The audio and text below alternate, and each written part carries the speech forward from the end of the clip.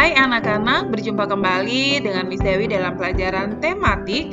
Kali ini kita akan belajar di tema yang baru, yaitu tema 9, Kayanya Negeriku, subtema 1, Kekayaan Sumber Negeri di Indonesia, pembelajaran 1 dan 2. Nah, anak-anak, sebelum kita belajar, alangkah baiknya kalian mengetahui apa saja yang akan kita pelajari hari ini. Yang pertama, mengidentifikasi berbagai sumber energi dalam kehidupan sehari-hari. Yang kedua, menjelaskan keadaan lingkungan sekitar. Yang ketiga, melakukan wawancara tentang kekayaan hayati di lingkungan sekitar. Yang keempat, hak dan kewajiban terhadap lingkungan. Yang kelima, tanda tempo dan tinggi rendah nada. Nah, anak-anak, di pembelajaran 1 ini kita akan belajar tentang sumber energi. Kita harus banyak bersyukur hidup di bumi Indonesia, bangsa yang dikaruniai sumber daya alam. Salah satunya adalah sumber daya energi, mulai dari minyak, gas, sampai yang bukan minyak. Jadi, sumber daya alam itu ada 2, sumber daya alam yang dapat diperbaharui dan tidak dapat diperbaharui. Nah, apa itu energi anak-anak? Energi adalah kemampuan untuk melakukan usaha atau kerja. Dengan energi, manusia dapat melakukan banyak kegiatan dalam kehidupannya. Bentuk-bentuk energi. Pertama, ada energi panas. Energi panas adalah energi yang dihasilkan atau dilepaskan oleh suatu benda yang memiliki suhu tertentu. Contohnya, panas yang dihasilkan oleh kayu bakar. Yang berikutnya, energi cahaya.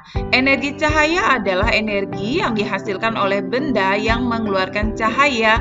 Contohnya, cahaya yang dipaparkan oleh matahari.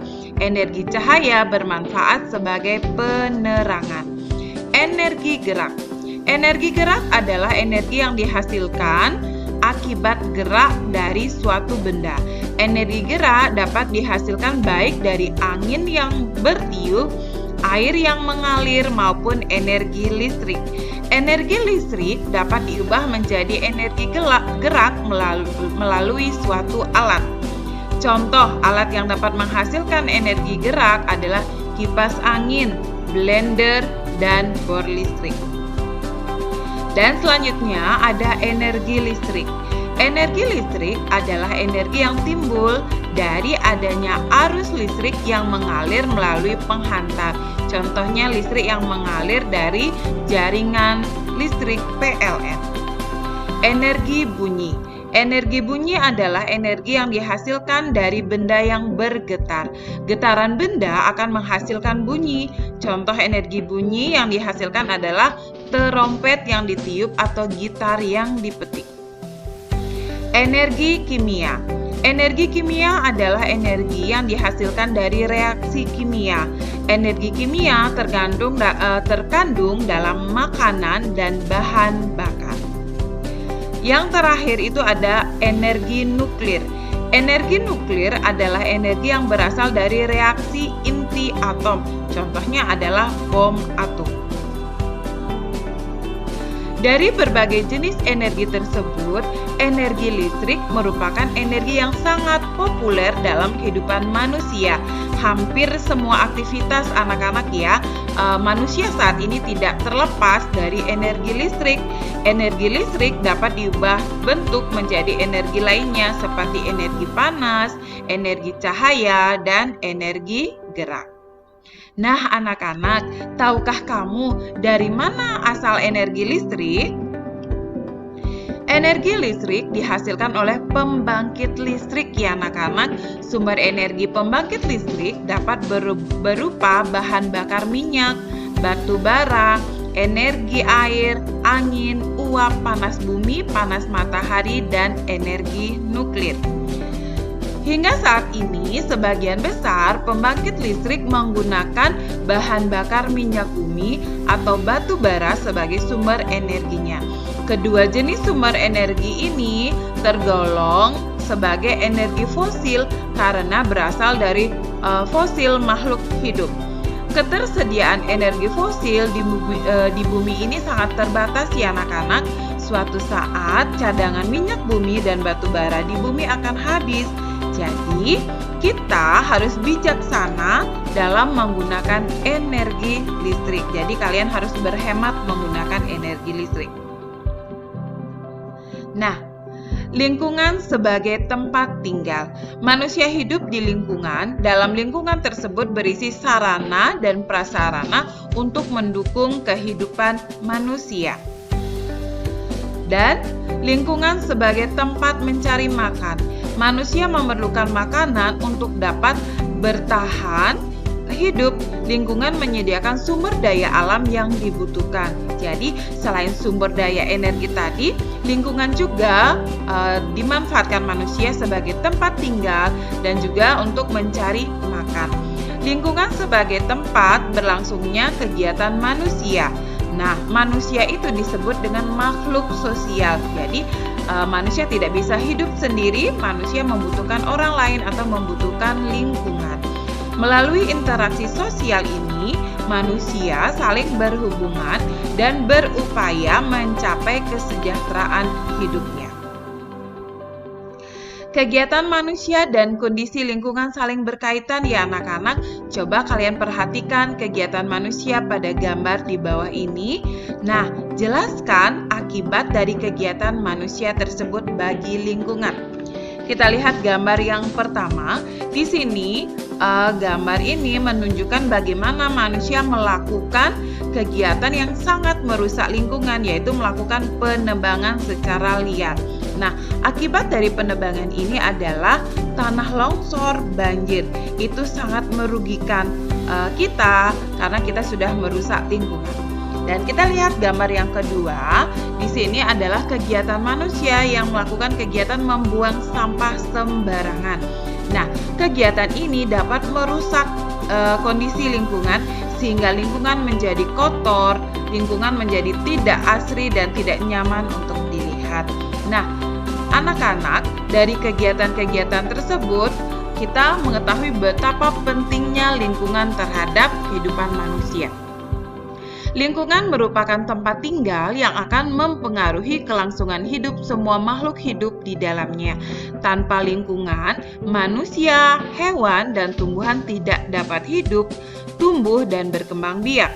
Lingkungan dengan kualitas baik akan sangat penting bagi terciptanya kehidupan manusia yang sehat, aman, dan sejahtera.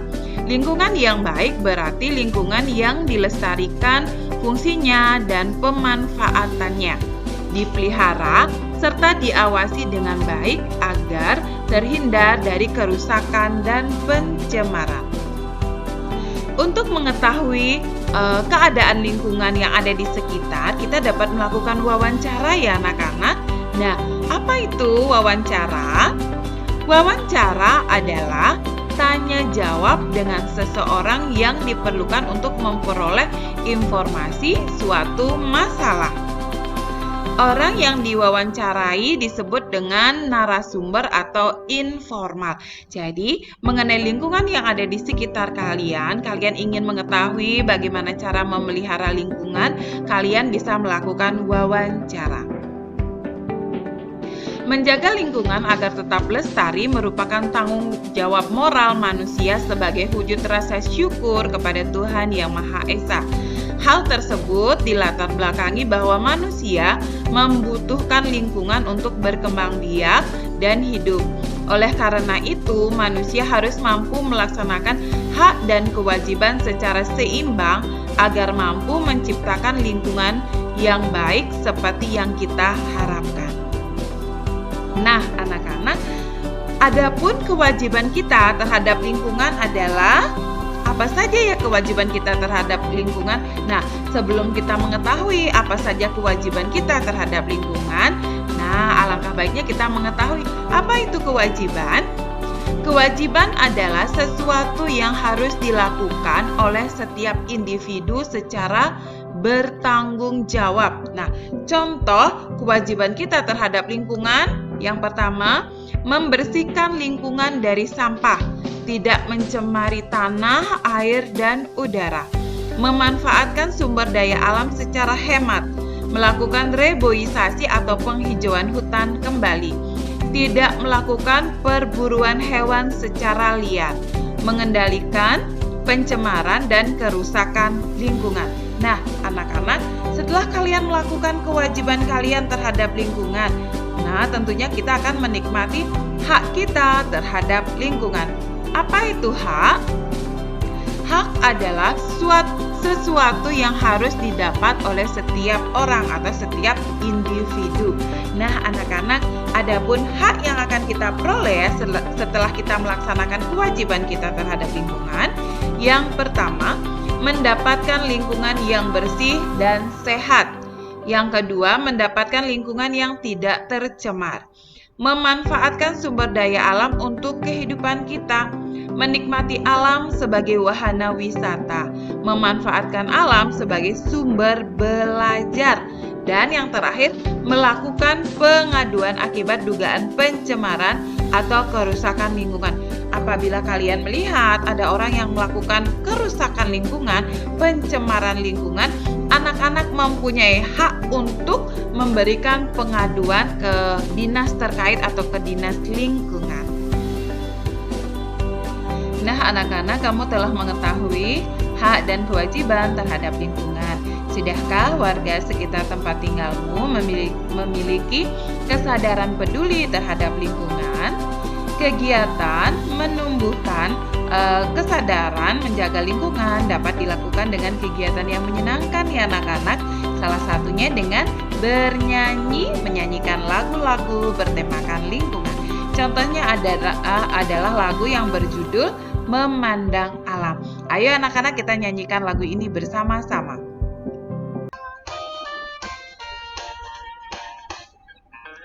Memandang alam dari atas bukit, sejauh pandangku lepaskan. Sungai tampak berliku, sawah hijau terbentang, bagai permadani di kaki langit. Gunung menjulang, berpayung awan, oh indah pemandangan.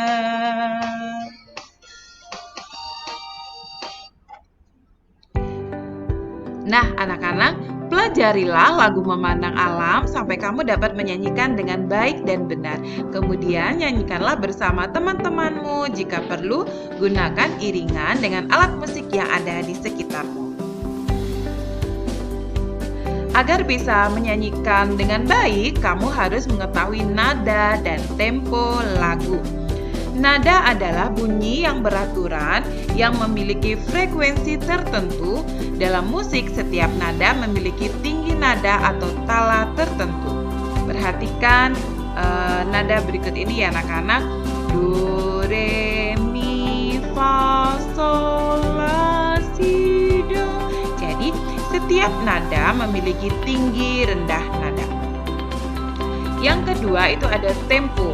Tempo merupakan ukuran kecepatan musik dalam birama lagu atau cepat lambatnya lagu dinyanyikan. Kecepatan lagu bisa diukur dengan alat yang bernama metronom. Seperti ini ya anak-anak.